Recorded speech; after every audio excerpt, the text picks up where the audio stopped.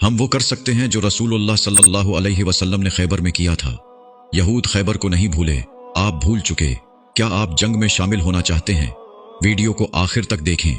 खैबर के किलों में पनाह लेने वाले यहूदी खाने पीने का सामान लेकर हमारे नबी सल्लल्लाहु अलैहि वसल्लम के जाने के मुंतजिर थे। खैबर के किले एक ठूस ऊंची जगह पर थे।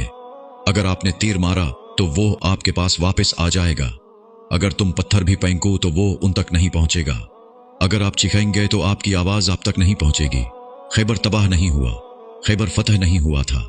इस्लामी फौज कई दिन मुहासिरा किए इंतजार करती रही, लेकिन यहूदियों ने किले नहीं छोड़े। मुसलमानों का जखीरा और उनके हौसले खत्म होने वाले थे। फिर हमारे नबी करीम सल्लल्लाहु अलैहि वसल्लम ने एक हिकमती अमली तैयार की। खजूर के दरख्त काटे जाएंगे। खैबर के यहूदियों की मईशत एक एक करके मुनक़ता हो जाएगी। उनकी किस्मत टूट जाएगी, उनका मुस्तकबिल उखड़ जाएगा, क्योंकि यहूदियों के लिए पीसा, दौलत और खुशहाली सब कुछ था। जैसे जैसे दरख्त काटे गए, यहूदी तबाह हो गए। दरख्तों के कट जाने के बाद यहां रहने का कोई फायदा नहीं होगा। उन्होंने एक मुआहिदा किया और यहूदियों के दारुल हुकूमत खैबर से इतना सामान लेकर चले जाएंगे जितना वो ले जा सकते थे। जंगी खैबर में शामिल होना चाहते हो तो दरख्त भी काट दो। आज आप लानत भेजेंगे तो भी आपकी आवाज यहूदियों तक नहीं पहुंचेगी।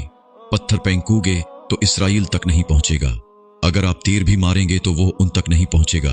लेकिन आप भी हमारे नबी सल्लल्लाहु अलैहि वसल्लम की हिकमती अमली पर अमल कर सकते हैं। अपनी कुल्हाड़ी ले लो और यहूदियों के दरख्त काट दो। वो कैसे? हर यहूदी की जायदाद जो आपके घर में दाखिल होती है एक दरख्त है।